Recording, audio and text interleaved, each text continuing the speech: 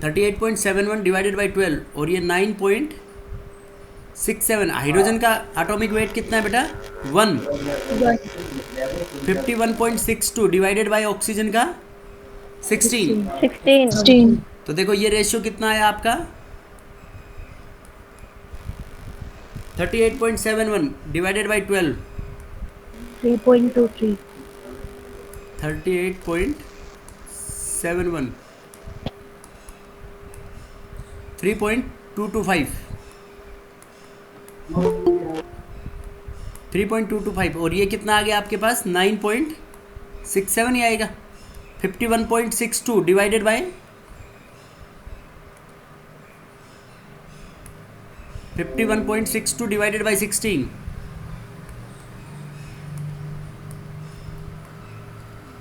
1.62 divided by 3.226। देखो ये लगभग रेशियो सेम है बेटा। अब this ratio divided by least. Sir carbon वाले को भी तो 3.226 ले सकते हैं, 5 के बाद 8 था। हाँ वो 3.226 मान लो बेटा, ये की बात है, ये लो राउंड फिगर में। तो 3.226 divided by 3.226 9.67 divided by 3.226 3.226 divided by 3.226। देखो ये क्या आ गया आपका 1 और ये 3 3 जा 9 और 22 का 3 टाइम्स हो गया 66। तो ये 3 टाइम्स जा रहा है और ये 1। तो एम्पेरिकल फॉर्मूला क्या बन गया इसका? CH3O। CH3O। थर्ड ऑप्शन में है ये answer.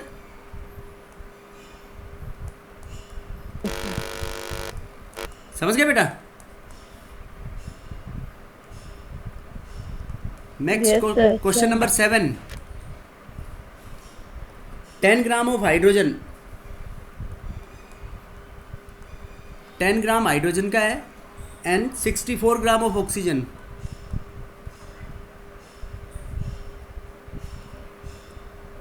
Are filled in a steel vessel and exploded.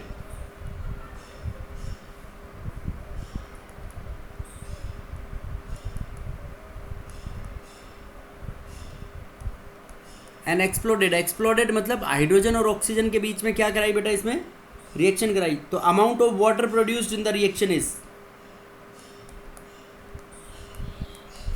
कितना वाटर बनेगा? ऑप्शंस में दे रखे हैं तुम्हारे पास 1 मोल, 2 मोल, 3 मोल, 4 मोल। 1 2 3 4 मोल, इनमें से कौन सा आएगा? देखो बेटा सबसे पहले इसमें रिएक्शन बनाएंगे हम।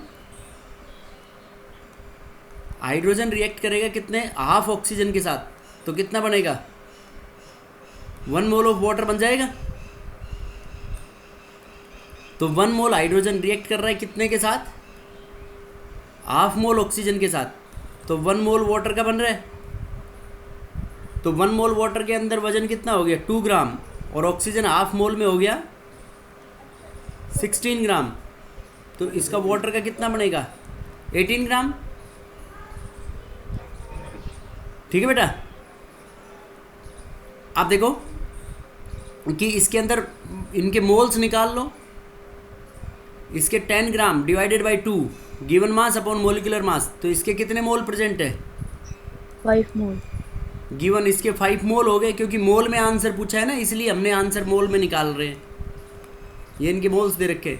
तो इसका कितना हो गया? 16 डिवाइडेड बाई, ये 64 डिवाइडेड बाई 16, 4 मोल। तो देखो इसके 5 मोल हैं, इसके 4 मोल हैं। इसके 1 मोल को इसका आधा मोल चाहिए, तो इसके 5 मोल के इसको 2.5 मोल चाहिए बेटा। इसके 5 mole of hydrogen requires 2.5 mole of O2, right? तो ऑक्सीजन फालतू है, तो इसका मतलब हाइड्रोजन क्या हो गया? Limiting reagent. Yes sir. बोलो बेटा। Yes sir. Yes sir. Hydrogen limiting reagent हो गया ना इसमें। हाइड्रोजन हुआ या ऑक्सीजन हुआ?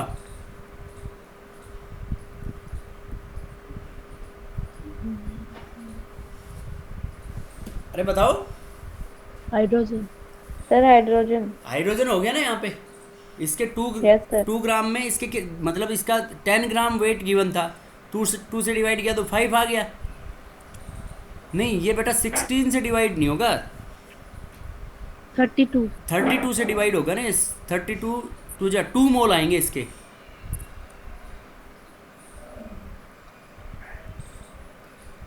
ऑक्सीजन के 2 मोल हैं। अब अपने को 5 मोल, इसको एक सेकंड चेंज करते हैं थोड़ा सा। हाफ मोल ऑक्सीजन को, हाफ मोल O2 को 1 मोल H2 चाहिए। तो ऑक्सीजन के 2 मोल हैं, तो 2 मोल को कितना H2 चाहिएगा? 2 मोल को 4 मोल H2 चाहिएगा ना। Yes, sir. तो 4 मोल H2 चाहिएंगे, तो इसका मतलब क्या हो गया? इसके मोल कितने? 5 मोल। रिएजेंट है। तो H2 क्या हो गया यहाँ पे? H2 तो एक्सेस में हुआ ना, यस सर। और O2 हो गया इसमें limiting limiting reagent, right? Yes sir. Yes, sir. O2 हो गया लिमिटिंग रिएजेंट। तो देखो लिमिटिंग रिएजेंट से डिसाइड करेंगे हम कि कितना वाटर बनेगा।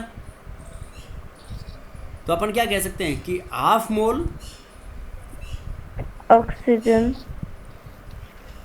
हाफ मोल ऑक्सीजन से कितना वाटर बन रहा था? 1 मोल वाटर बनेगा। 1 मोल वाटर बन रहा था। तो 2 मोल से कितना बन जाएगा? 4. 4 मोल वाटर बन जाएगा इसका। Yes, sir. यस तो कौन सा आंसर हो जाएगा? Fourth option will be the right answer. समझ गया बेटा? Yes, sir. Yes sir. अरे बोलो बच्चों, समझ में आया नहीं आया? Yes, sir. Yes sir. Next question number 8। Number of atoms in 0.1 mole of try atomic gas. ये AIPMT 2010 का है। Number of atoms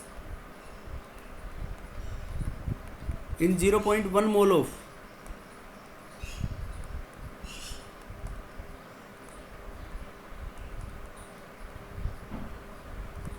try atomic gas के 0.1 मोल में कितने होंगे?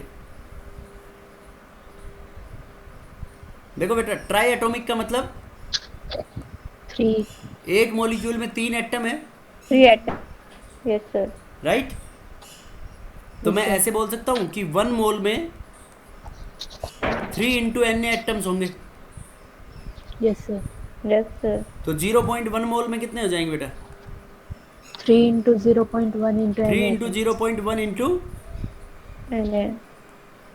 N atoms. तो ये 0.3 इंटू एन की वैल्यू होगी 6.022 into 10 raise to the power 6.02 into 10 की 23। पावर तो 6 3 जा 18, 1.8 इंटू 10 की पावर 23। थर्ड ऑप्शन आंसर हो जाएगा इसमें। 1.806 into 10 raise to the power 23, option 3, right? समझ गया बेटा? Yes. Yes, sir. Question number 9। Which has maximum number of molecules?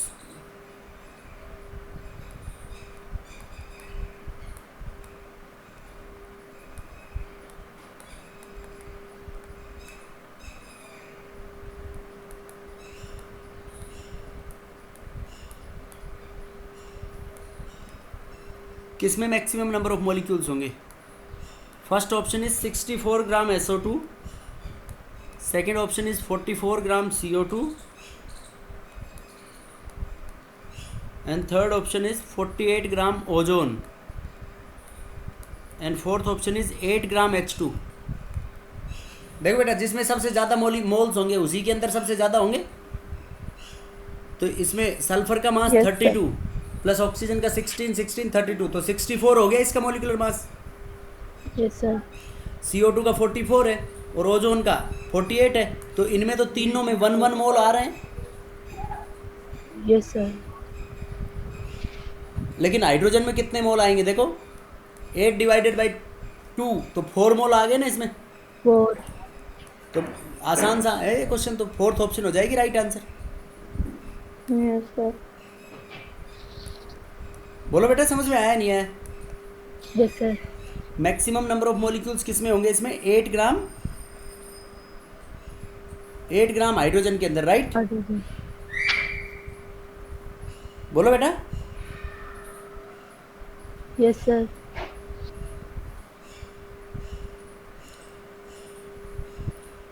अब देखो, a certain gas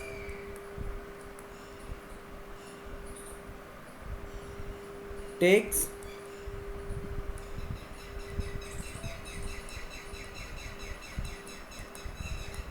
a certain gas take 3 times as long to diffuse out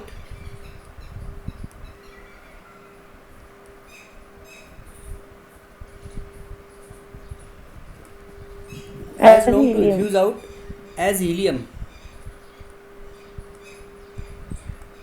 helium से 3 गुना ज़्यादा लग रहा है। Molecular mass of the gas will B, देखो बेटा, इसके अंदर एक हम grams law of diffusion use में लेते हैं। वो वैसे तो स्टेट्स ऑफ मैटर में आएगा, मैंने तुम्हारे से डिस्कस नहीं किया था। डिस्कस किया था कि हमने Graham's law of diffusion of gases. No sir. देखो, Graham's No, law of sir. Diffusion of gases क्या होता है कि ये कहता है कि रेट ऑफ डिफ्यूजन, डिफ्यूजन का मतलब क्या होता है?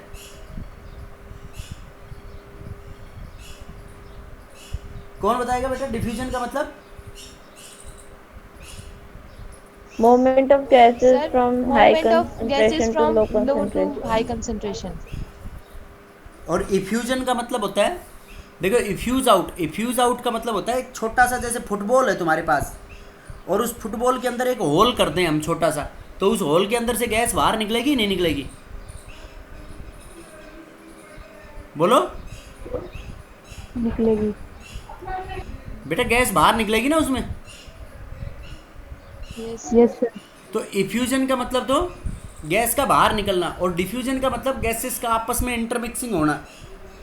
तो रेट ऑफ डिफ्यूजन क्या होता है इसके अंदर? एक वो कंसेप्ट कि rate of diffusion, rate of diffusion और effusion is inversely proportional to the square root of density of gas.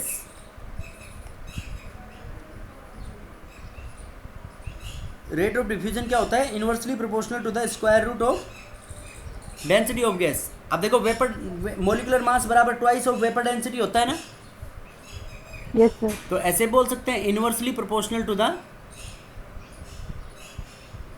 Molar mass, inversely proportional to the square root of molar mass. Square root of molar mass. और rate of diffusion जो होता है directly proportional to the square root of temperature और directly proportional to the pressure of the gas. Gas का pressure जितना ज़्यादा high होगा, rate of diffusion इतना ही ज़्यादा क्या होगा? हाई होगा। Low. और बेटा, हम ऐसे भी बोल सकते हैं रेट ऑफ डिफ्यूजन को, रेट ऑफ डिफ्यूजन बराबर डिफ्यूजन हो या इफ्यूजन हो,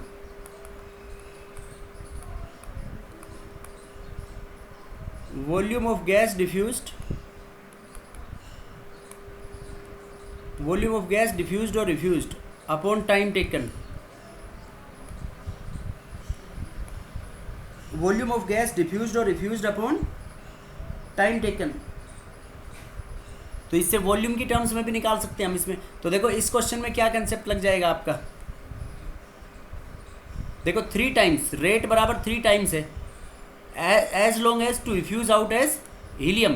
तो हीलियम का मास कितना होता है? ऐसे कह 4 सकते हैं rate of helium upon rate of gas will be equal to under root of molar mass of gas upon molar mass of helium. Helium का मोलर मास कितना है? 4 होता है ना बेटा? Yes sir. यस और नो? Yes sir. तो दूसरी गैस का बताओ क्या लगे? ये रेट ऑफ डिफ्यूजन कितने टाइम्स दे रखा है? Certain gas take 3 times as long to effuse out as helium. बताओ, इस गैस का रेट ऑफ डिफ्यूजन जो है वो हीलियम से क्या है? 3 टाइम। 3 टाइम्स ज़्यादा है। तो क्या आएगा बताओ? नहीं समझे? देखो इससे अपनी रेट ऑफ डिफ्यूजन की क्या रिलेशन बना सकते हैं कि R इज, देखो बेटा रेट ऑफ डिफ्यूजन और effusion is inversely proportional to the ये मोलर मास। तो ऐसे कह सकते हैं हम R1 by R2, R1 by R2 is equal to under root of M2 by M1। Yes और नो? Yes sir. बोलो बेटा, ऐसे बोल सकते हैं नहीं? अब देखो क्वेश्चन में क्या बोला, a certain gas take 3 times as long to fuse out as helium. Helium से कितना टाइम्स ज़्यादा लग रहा है उसमें? 3 टाइम्स। 3 टाइम्स। तो बताओ कैसे निकालेंगे? ऐसे कह सकता हूँ मैं इसको, R of helium upon R of gas is equal to under root of M of gas upon helium. Helium का मास कितना हो गया यहाँ पे? 4। 4। यस और नो? अब देखो वो जो गैस Yes, है sir. वो गैस कितने टाइम्स डिफ्यूज आउट हो रही है? 3 टाइम्स। हीलियम से 3 टाइम्स। तो देखो हीलियम से 3 गुना है, तो यहाँ पे क्या कर सकते हैं हम इसमें? देखो इनका दोनों साइड गैस हीलियम का कर देंगे और R rate of helium upon rate of helium divided by 3 equals to mass of gas upon 4। अब इसका स्क्वायर कर दो दोनों साइड से, तो रेट ऑफ हीलियम से तो ये कैंसिल हो जाएगा और 3 कहाँ चला जाएगा? ऊपर। तो 3 3 जा 9 और ये बराबर क्या आ गया? मास ऑफ गैस अपॉन 4। तो मास ऑफ गैस कितना आ गया तुम्हारा? इस 36 मॉलिक्यूलर मास, 36 U। समझ गए बेटा? अरे बोलो। Yes sir. Rate of diffusion और रिफ्यूजन, देखो जो गैस है वो गैस का, ये जो गैस है हीलियम से 3 गुना ज़्यादा टाइम लग रहा है उसमें, तो ज़्यादा लग रहा है तो क्या हो गया? Rate of diffusion upon helium, rate of diffusion of helium divided by 3। तो हीलियम का कैंसिल हो गया, उससे 3 गुना ज़्यादा है, तो ये 3 कहाँ चला जाएगा? ऊपर। फिर उसका स्क्वायर कर दिया हमने दोनों साइड से, तो 3 का स्क्वायर हो गया 9, तो mg अपॉन 4। तो mg क्या आ गया? 36 यूनिट्स। ठीक है बेटा? ऐसे क्वेश्चन स्टेट्स ऑफ मैटर में आएंगे अपन, ये स्टेट्स ऑफ मैटर में पढ़ेंगे इसमें रेट ऑफ डिफ्यूजन। देखो question number 11, excess of AgNO3 is added to, AgNO3 add कर रहा है, is added to 0.1 molar solution of dichloro tetra aqua chromium 3।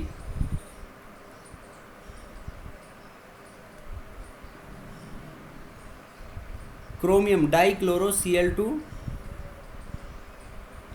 Tetra aqua, मतलब वाटर के मॉलिक्यूल के लिए एक्वा यूज में लेते हैं, टेट्रा एक्वा 4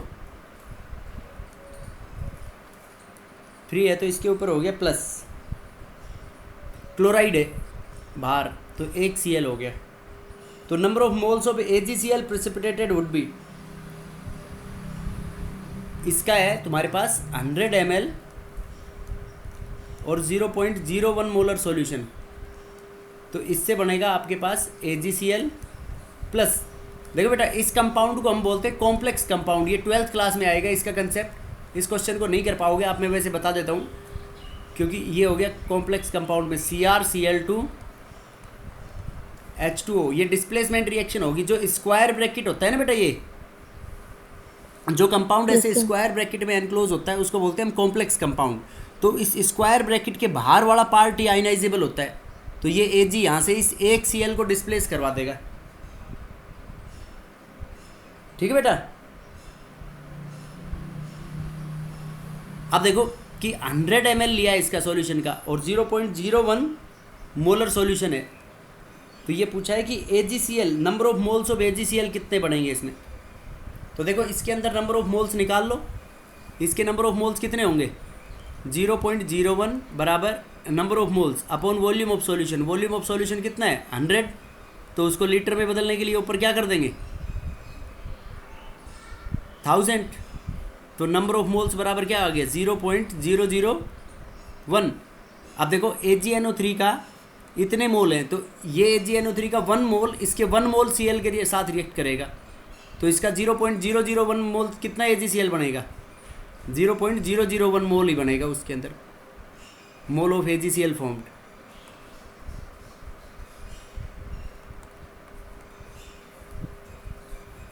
बेटा जैसे ये नाम दे रखा था ना क्वेश्चन में, डाइक्लोरो टेट्रा एक्वा क्रोमियम 3, तो ये कॉम्प्लेक्स कंपाउंड्स का नेम है, ये नोमेनक्लेचर जब 12th में आएगा ये तुम्हारे पास तो बहुत आसान हो जाएगा ये क्वेश्चन।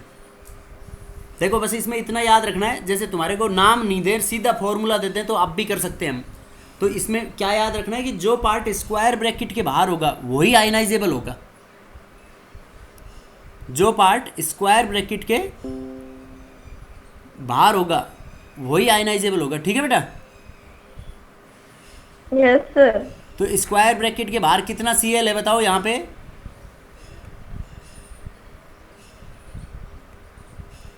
बेटा स्क्वायर ब्रैकेट के बाहर कितने Cl हैं? एक Cl है, 1। तो AgNO3 के साथ सिल्वर नाइट्रेट के साथ कितने Cl आयनाइजेबल हुए? 1 Cl आयनाइजेबल हुआ, तो 100 ml ऑफ 0.01 मोलर के साथ ये होगा, तो 0.01 इंटू N इंटू 1000/100। ठीक है बेटा? अरे बोलो समझ में आया नहीं आया? बेटा ये मोलारिटी के अंदर पुट कर दिया फॉर्मूला 0.01 इंटू N, तो ये 1000 ml था तो उसको लीटर में बदलने के लिए ऊपर क्या कर दिया हमने 1000, तो नंबर ऑफ मोल्स बराबर आ गए 0.001 मोल। तो देखो यहाँ से मैं ये नहीं कह सकता कि 1 मोल AgNO3 का 1 मोल AgNO3 को 1 मोल रिक्वायर्ड होगा इस कंपाउंड का CrCl2 H2O होल 4 Cl, इसके 1 मोल को इसका 1 मोल या इसके 1 मोल को इसका 1 मोल, तो इसके 0.001 मोल को कितना रिक्वायर्ड होगा? इसका भी कितना रिक्वायर्ड होगा? 0.001 मोल, राइट? Yes sir. ये नीट 2013 का क्वेश्चन है ये। बेटा बोलो समझ में आया नहीं आया? Yes sir. समझ में आ गया?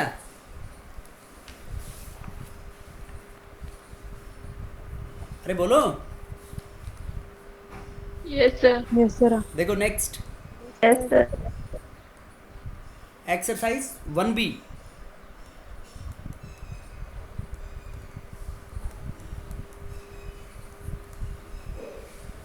क्वेश्चन नंबर 1, ये दे रखा है an organic compound of molecular mass 60, molecular weight दे रखा है आपको 60, found to contain carbon, carbon है 20%, हाइड्रोजन है 6.67%,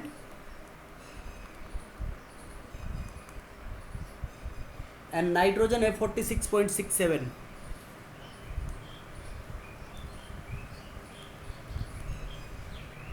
nitrogen is 46 and rest is oxygen. कितना बचा ऑक्सीजन इसमें?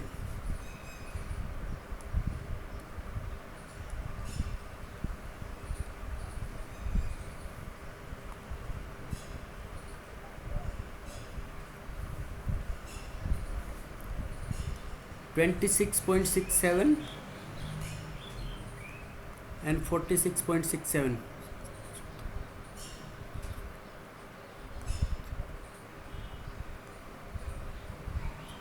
$73.34। बताओ बेटा कितना बच गया? 26.66। 26.66।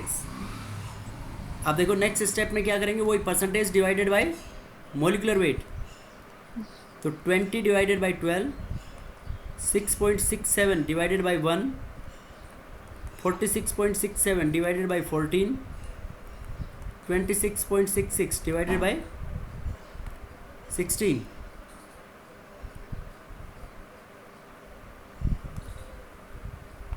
20 डिवाइडेड बाय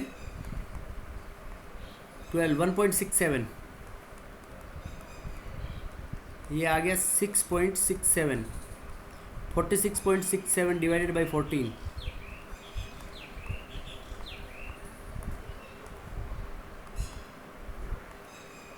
3.33.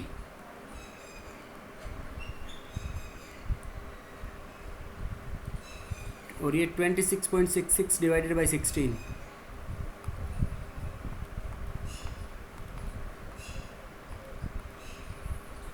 1.67. देखो बेटा इसमें लीस्ट रेशियो क्या आ गया? 1.67. 1.67. This ratio upon least. तो 1.67 divided by 1.67. 6.67 divided by 1.67. 3.33 divided by 1.67. 1.67 divided by 1.67. तो ये आपके पास आ गया 1. और कार्बन भी क्या आ गया? 1. और हाइड्रोजन कितना आएगा?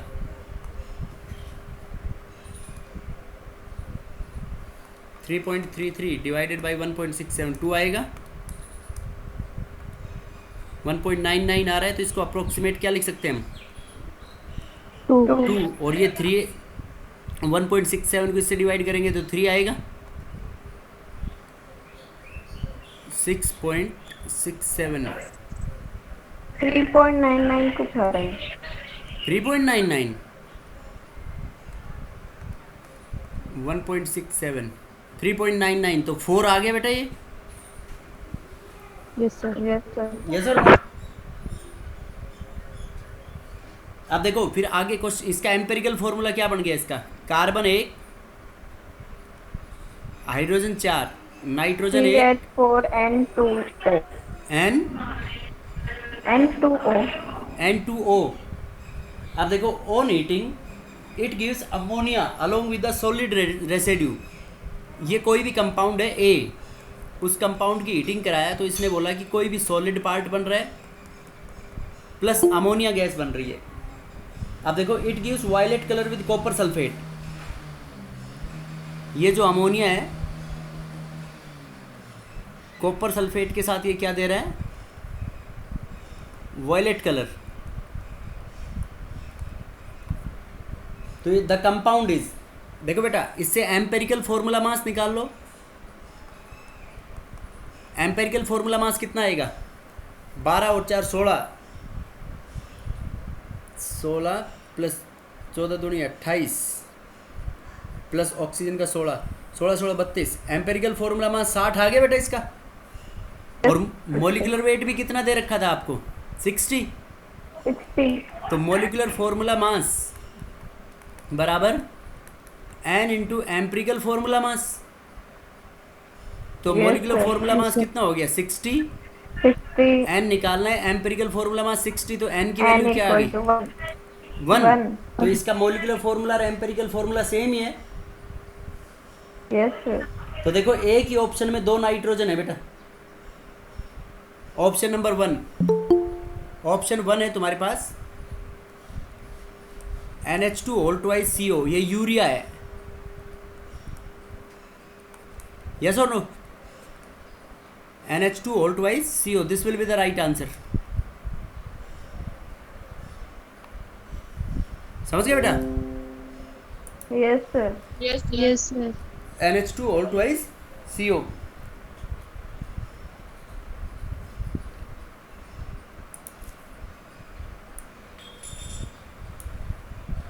Next question number 1. Second question, how many moles of magnesium phosphate?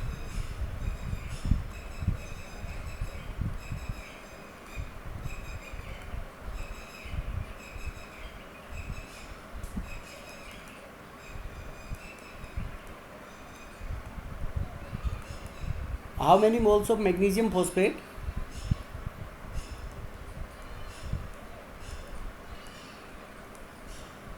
Mg3PO4 whole twice will contain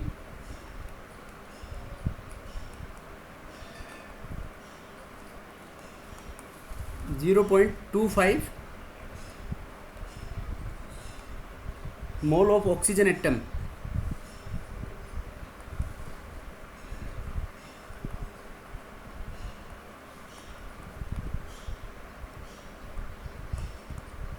how many moles of magnesium phosphate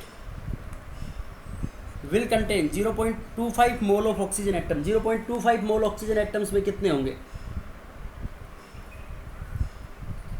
how many moles of magnesium phosphate will contain 0.25 mole of oxygen atoms? देखो बेटा, magnesium phosphate में total oxygen atom कितने हो गए? 4 2 जा 8। 1 मोल में कितने oxygen के एटम है?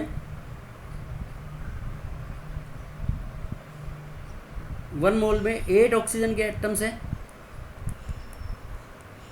8 oxygen atoms into Na, yes और नो? Yes sir. तो 0.25 में कितने होंगे बेटा, बताओ? अरे आसान है बेटा। Sir multiply 0.25। Multiplied by 0.25। 0.25 किससे? 8 into Na atoms। 8 into Na atoms। 8 into Na। 8 को 6.022 से मल्टीप्लाई करेंगे तो कितना आ जाएगा? 8 इंटू Na 48। तो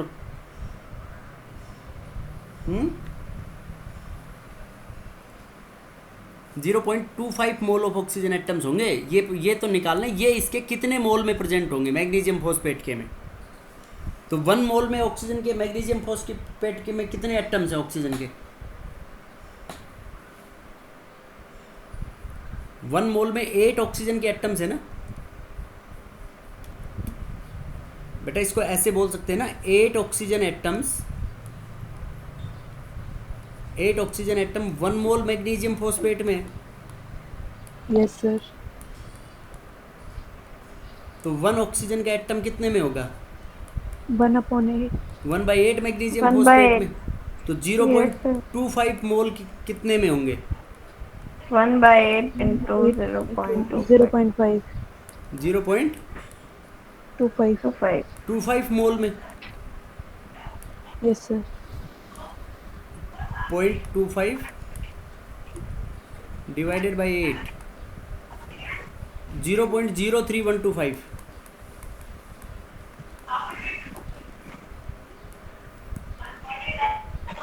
इसमें एक ऑप्शन दे रखिए 3.125 इंटू 10 की पावर -2, तो यही आंसर हो जाएगा। Yes, sir. 3.125 into 10 raise to the power -2. -2, right? Yes, sir. समझ गए बेटा? Yes sir. Yes, sir. 3.125 into 10 raise to the power -2 mole magnesium phosphate में 8 ऑक्सीजन के एटम्स होंगे।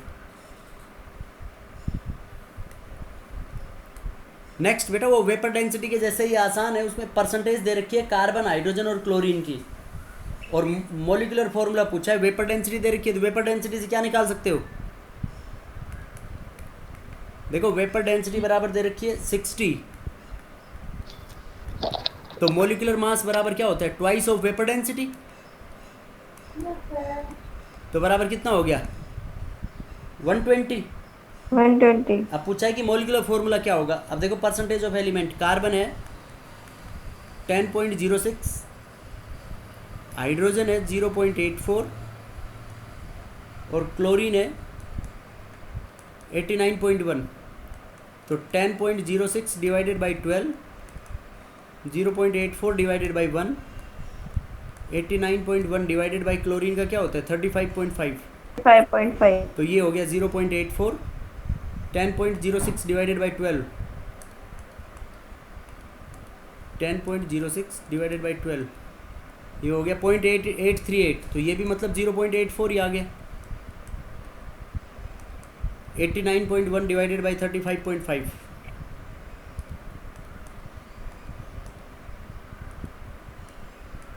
Divided by 35.5, 2.5। अब देखो बेटा, दिस रेशियो अपॉन लीस्ट,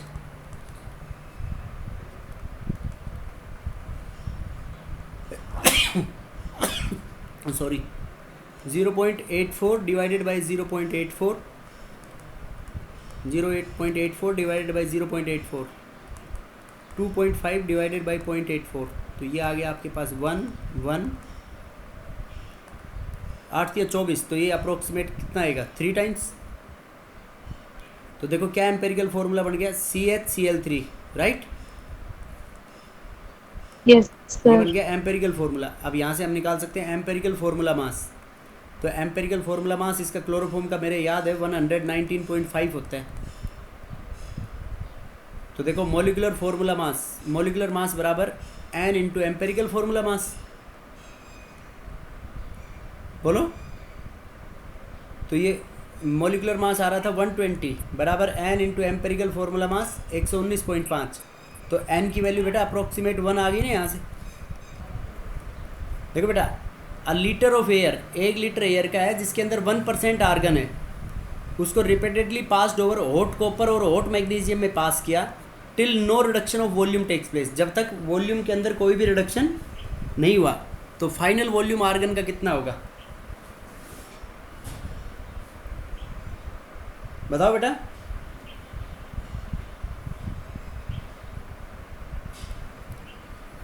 बेटा जब वॉल्यूम में रिडक्शन नहीं हुआ तो 1% आर्गन है, तो आर्गन कौन सी गैस है, आर्गन इनर्ट गैस है ना, yes argon is inert gas. तो Inert इनर्ट gas। गैस है तो 1 लीटर का 1% कितना हो गया, 1/100 इंटू 1000। बेटा 1% एयर के अंदर आर्गन है तो उसका यही हुआ ना, तो इसका कितना आ गया आर्गन का 10 ml। तो आर्गन जब उसके साथ कोई कंपाउंड ही नहीं बनाएगा तो फाइनल वॉल्यूम उसका इनिशियल के बराबर रहेगा या चेंज हो जाएगा,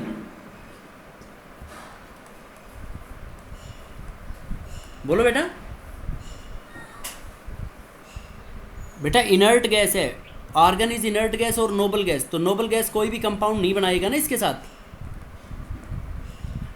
तो नोबल गैस कोई भी कंपाउंड नहीं बनाएगा तो इनिशियल वॉल्यूम और फाइनल वॉल्यूम सेम रहेगा या नहीं, यस सर। सेम रहेगा यस इसका, सर। ठीक है। देखो बेटा इस क्वेश्चन को एक बार दोबारा देख लो क्योंकि ये उसमें रिकॉर्डिंग में पॉज हो गया था, तो जो बच्चे देखना चाहेंगे, ये था अपना 1 मोल मैग्नीशियम फॉस्फेट का 8 ऑक्सीजन एटम्स इंटू Na थे, तो 8 ऑक्सीजन एटम्स को हमने क्या बोला, 8 ऑक्सीजन के एटम्स 1 मोल मैग्नीशियम फॉस्फेट में है, तो 1 ऑक्सीजन का एटम था हो गया था अपने पास 1/8 मैग्नीशियम फॉस्फेट में, तो 0.25 ऑक्सीजन एटम्स हो गए 1/8 into 0.25 mole of magnesium phosphate Mg3PO4।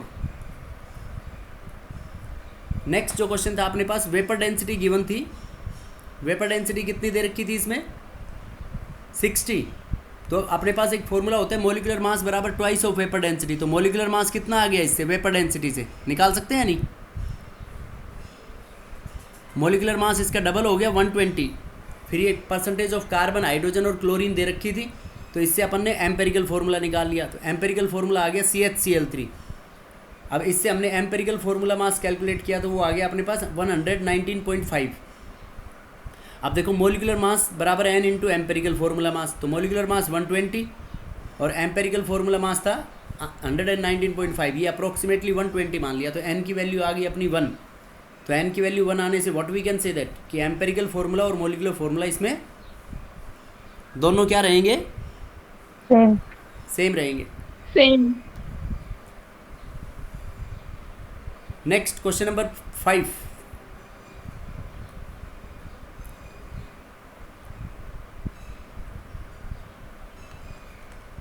देखो बेटा, density of solution prepared by dissolving, density दे रखी है 1.15 gram per ml, prepared by dissolving 120 gram of urea. Urea का कितना ग्राम डिसॉल्व कर रहा है 120 ग्राम, और यूरिया का मॉलिक्यूलर वेट इज गिवन, वो दे रखा है आपको 60 ग्राम 60 U और ग्राम पर mole in 1000 gram of water. WA कितना ले लिया इसमें 1000 ग्राम वाटर का, then molarity of the solution will be, ये AIEEE 2011 का है इंजीनियरिंग एग्जाम का, तो यहाँ से मोलैरिटी बराबर क्या हो गया, गिवन मास 120 मोलिकुलर मास यूरिया का कितना दे रखा है 60 upon volume of solution in litre. तो वॉल्यूम ऑफ सॉल्यूशन नहीं है तो डेंसिटी बराबर क्या पुट कर सकते हैं मास अपॉन वॉल्यूम। तो वॉल्यूम बराबर हो गया mass upon density. Mass of solution हो गया 1000 ग्राम, डेंसिटी ऊपर 1.15 इंटू ये ml में है, उसको लीटर में बदलने के लिए 1000 कर देंगे 2, तो 2.30 ये 1.15 इंटू 2 कितनी आ जाएगी मोलैरिटी?